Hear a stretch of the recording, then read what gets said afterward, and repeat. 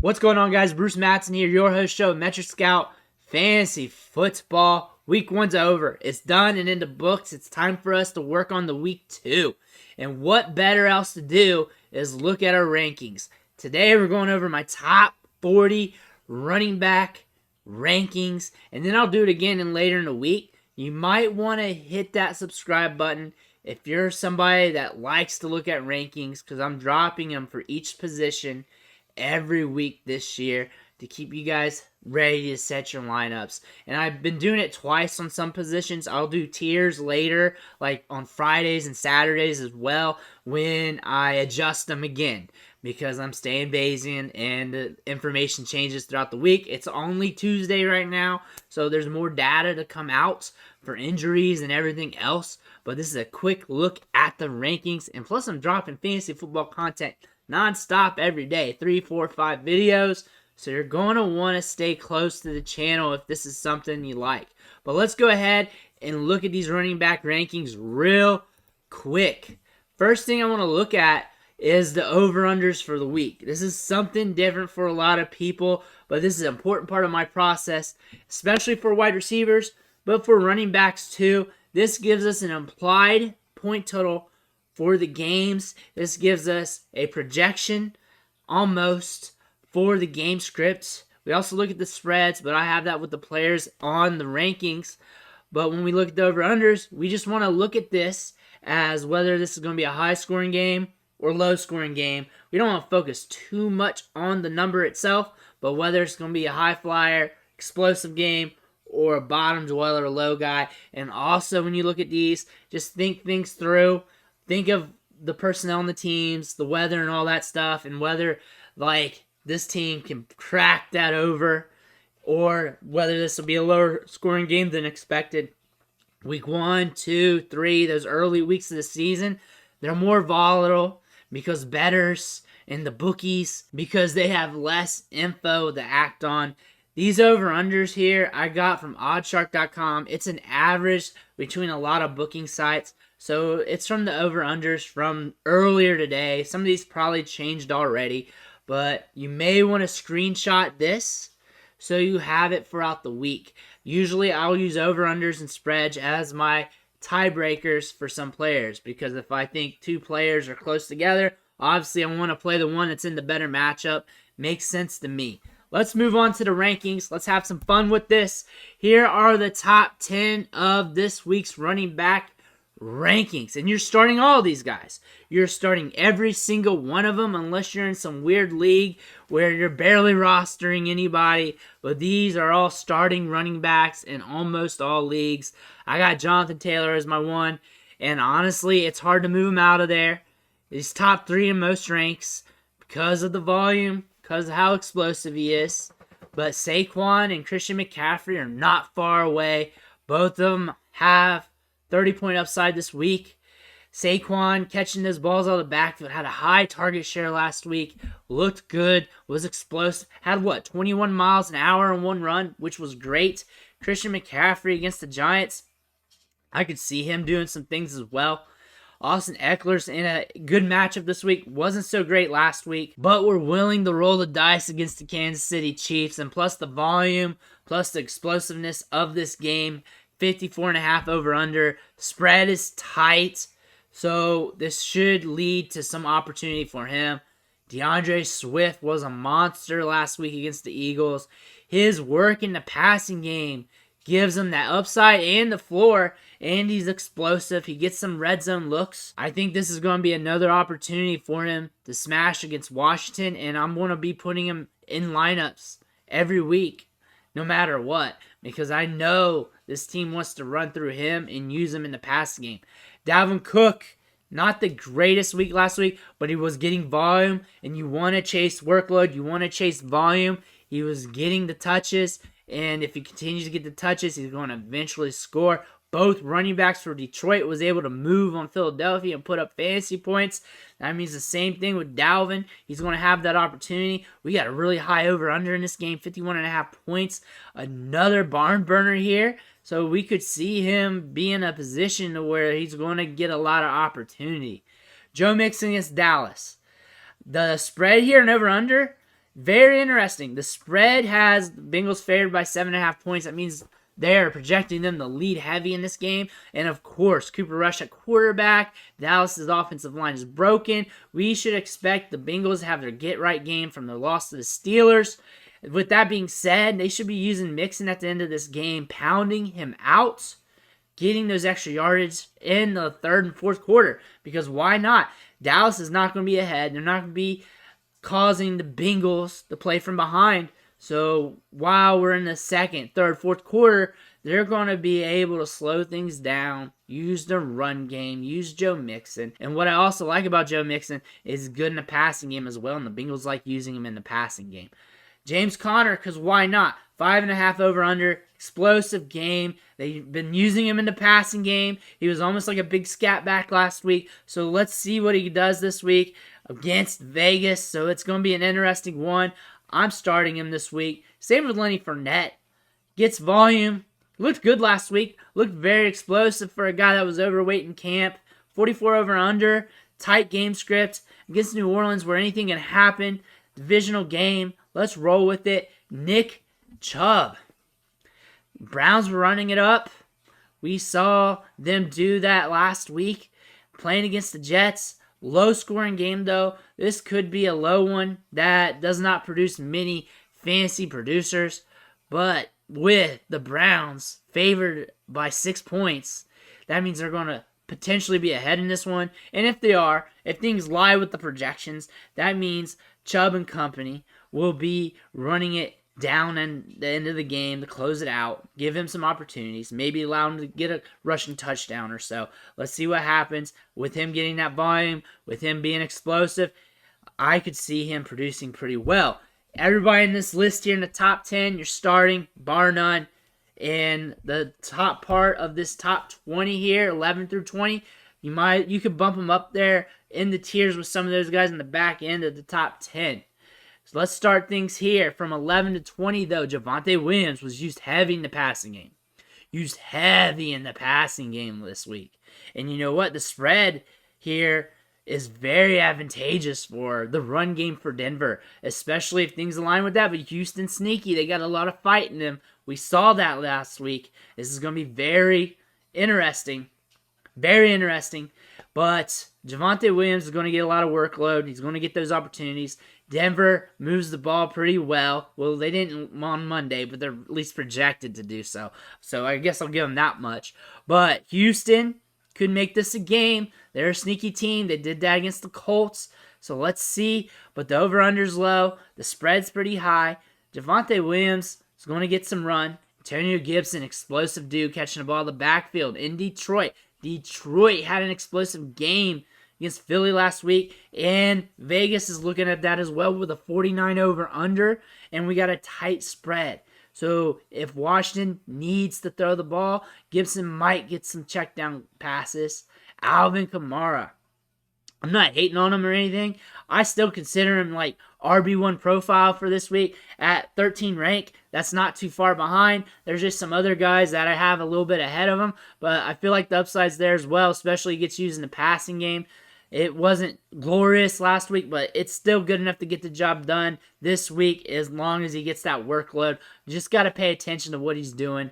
Derrick Henry, he did not post those top-tier performances. He's got a tough one against Buffalo, and Buffalo might get ahead. What we saw Tennessee do when they were behind last week was lean a little bit more in the passing game. Also a slower team, so they're not going to run as many plays. 49.5 over-under. They might try to lean on Henry more. Henry also has that pop in his step where he can score anywhere on the field. All it takes is 2 runs for him, and he's a top-tier running back this week, so you never want to sleep on Derrick Henry. Plus, we always know he's got that potential. I have Aaron Jones and A.J. Dillon close to each other. I don't like the matchup, but I like that they're probably going to be ahead in this game, and these guys split the load almost damn near evenly. I like them both. I like A.J. Dillon due to his workload, due to him catching the ball in the backfield, size adjusted speed, and Aaron Jones is Aaron Jones. He's been old trusty for years. Just this is a good situation if the Packers are leading late in this game, which it looks like they could be against the Bears. Naji Harris is a question mark. This is like a phantom rank right now because we don't know whether he's going to be on the field or not. He said on Sirius Radio today, from what I've read, that he's going to be good to go to play.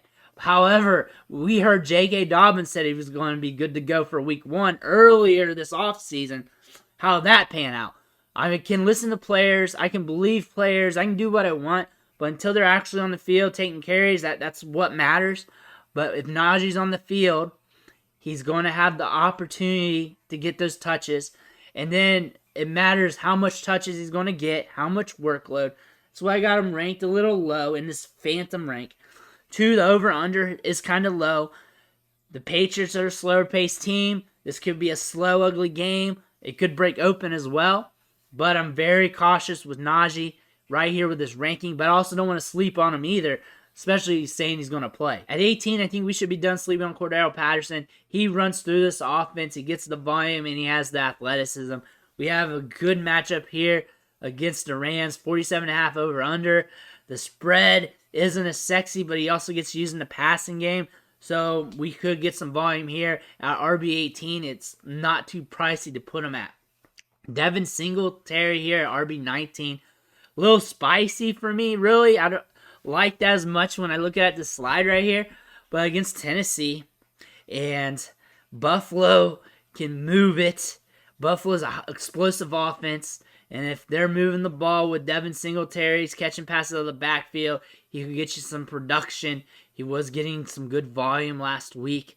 Darrell Henderson, we saw him get a majority of touches with the Rams. Cam Akers was not looking good. They could flip that on us, but this is a good matchup. You want to bet on that. He's at RB20, good over-under. The spread has the Rams favored. With them being favored, they could be running it at the end of the game. But Atlanta's kind of sneaky, though. They could sneak up on you and have a tighter game script than possible. But the Rams are good, so I could just see them having a good lead, at least by the fourth quarter or so. So they should be able to run it out. Henderson was getting some work, but it wasn't sexy either last week. So we just got to watch it as we're going forward. Plus, it's RB20. We're kind of in this ambiguous range where you can kind of just mix and match these players. And you might be starting wide receivers over him if you're using him at flex. Clyde Edwards-Hilaire's in a sexy matchup. He's getting snaps. He's getting volume. He's getting some goal line work. He's getting targets out of the backfield. Good over-under against the Chargers. He should be ranked higher than this, honestly. I want to put him up in that previous slide somewhere. It's hard to count on him because of what he's done in previous years, but everything's aligning for him right now. Let's see if this happens. But you're starting Clyde Edwards-Helaire, or at least thinking about it, depending on your team, depending on what you got. But if you're good, you may not be. But if you're ambiguous, you're probably putting Clyde Edwards-Helaire in your lineup at flex or even at your RB2. Josh Jacobs in a good matchup. Let's see if the volume's going to be there for him. It might be leaning on the pass, but they're favored by 6, so they could be pounding the ball out at the end of the game. This could be tighter than what it looks, though. So we just have to wait and see what happens here. But we really do need Josh Jacobs to start hitting on us so we can start feeling good about him. Kareem Hunt had a big week last week against the Jets, though. This might be a slower game. This could be a Nick Chubb game. Who knows? He does get work out of the passing game, which gives him upside. He still has some juice in his legs. He can score from anywhere on the field. He is just as explosive when it comes to fantasy points as anyone on this list and anyone on the previous slides. He puts up good fantasy production. The game script does not look like it's too appealing, especially with him sharing carries out of the backfield. That's why he's ranked a little bit low, but 23 is very conservative, I think so. At 24, I got Rashad Penny at the Niners on the road. Slow game script. Spread not too sexy. And I still want to see Seattle do their thing a little bit more. I still want to see Penny out there a little bit more. I think there will be some opportunities for him to smash if he stays healthy. But this isn't the greatest game script for a running back to eat off of if they're not elite. Ezekiel Elliott, I think he's going to be dead until Dak comes back, and he still might be dead even then. Like, what is he going to do with Cooper Rush there? That's going to slow things down. And the offensive line's dead. Bengals are going to ramp things up on them. I look for the Bengals to kill the Cowboys this weekend, and the Cowboys are going to be playing from behind. Elliott might get some chalk check downs late in the game that could boost his fantasy production. He may get those checkdowns where there's a lot of space in front of him. He may sneak in a touchdown or two that way. I'm not opposed to that situation. I've seen it with Zeke before. I've seen it with running backs before. That could happen with him because he is on the field a lot and he can be an outlet. And depending on what Cooper Rush wants to do when he's targeting the ball downfield, I wouldn't be surprised if Ezekiel Elliott does something this week. It's just you don't want to feel good about it. David Montgomery's scary. He's sharing the backfield with Khalil Herbert. Herbert's looking good. This is an optimal matchup. RB26 is kind of high, kind of conservative. If you love Montgomery, I'm low on him. If you hate Montgomery, I'm high on him. That's how it is. The game script's not going to be there. Green Bay's going to be ahead unless something happens weird. And I just don't see Montgomery putting up points in this week. I just don't see the volume being there like it was last year as well. Chase Edmonds, I actually like him more in my rank for some reason, but it's hard to put him up there. I feel good about him, but not really that great about him. I just like Miami's offense for some reason. I want to see more of it. I think this could be explosive, but this game here too, this game script with Baltimore could be a lower scoring one. The over-under suggests that, but it also could break open if Miami can get some big plays with Waddle and Tyreek Hill. If they can bust it open a little bit, force Lamar Jackson to throw a little bit more, then that could give some more possibilities for Chase Edmonds with a faster-paced game script. Game script is very important for running backs and wide receivers, along with the split of what's happening, because it dictates their pace of play and how that team's strategizing with their offensive game plan. So when you look at these matchups, you try to predict the game script. A lot of times you're going to be wrong. A lot of times you are, because Vegas was wrong a lot last week if you look at those over-unders and spreads. But when you have it pegged, you have a good idea. This is going to be an interesting game script because I can see it go either way. I can see it be low scoring, but I can see it being higher than expected. Jeff Wilson being plugged in there. I got him at 28. A lot of people are going crazy over him on the waiver wire. I'm not huge on him. One, low scoring game script. Two, they could be going with other running backs. They brought in Marlon Mack. I want to see what this team does at the running back spot. This could be a committee from here on out. Melvin Gordon always has a puncher's chance. He always does. He did last year. He's going to have a puncher's chance this week, especially if Denver gets up. He gets enough touches to have some kind of value, and at RB29, I don't see why not. Michael Carter got a lot of touches last week, and in this contest against the Browns, although it's not sexy, if he's still getting workload and he's still getting volume, that could equate to something, whether it's just his nose finding the end zone or him just breaking off a couple decent runs and catching a few balls. At RB30, that's kind of what you're looking at when you're looking at these types of running backs. Now we're on to our last 10, and I even gave you an extra one here. Let's start things off looking at Damien Harris or Ramondre Stevenson. Low scoring game here, supposedly, with the over-under at 40.5. I don't like the fact that Mac Jones has been experiencing an injury too. I don't know if that's going to impact this.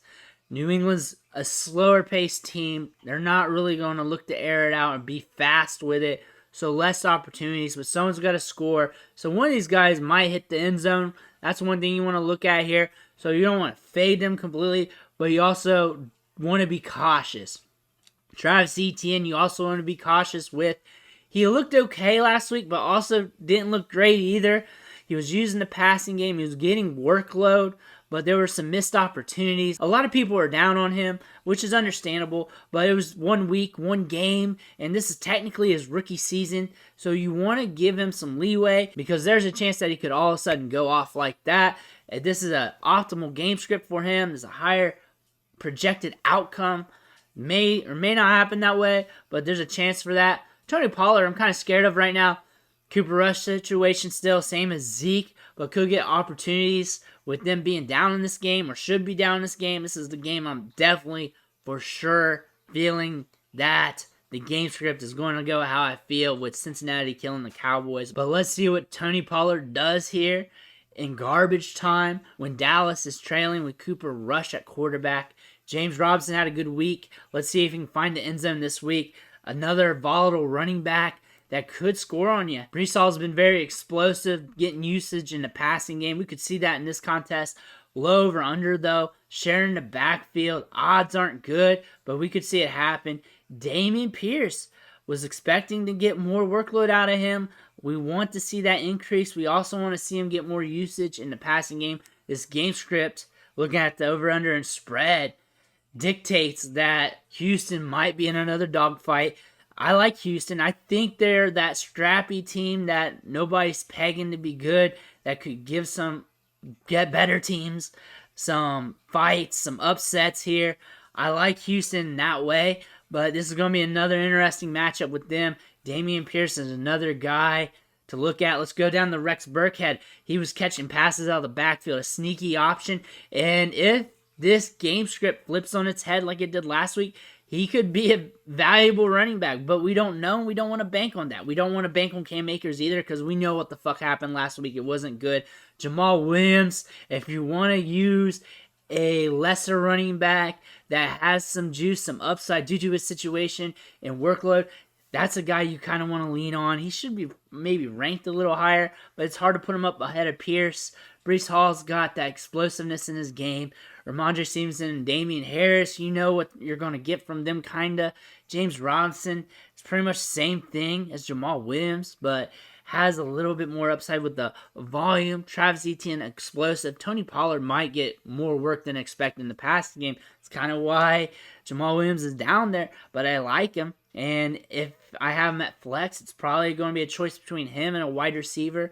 Probably 9 times out of 10, you're going to go with the wide receiver depending on matchup. But Jamal Williams is always going to be an option for you. But that's it for my top 40 running back rankings. Use this to help set your lineups. Use this to help do your projections or whatever. If this is something you're interested in, make sure you hit your subscribe button so you don't miss out. But I want to thank you for watching, and I'll catch you on the next video.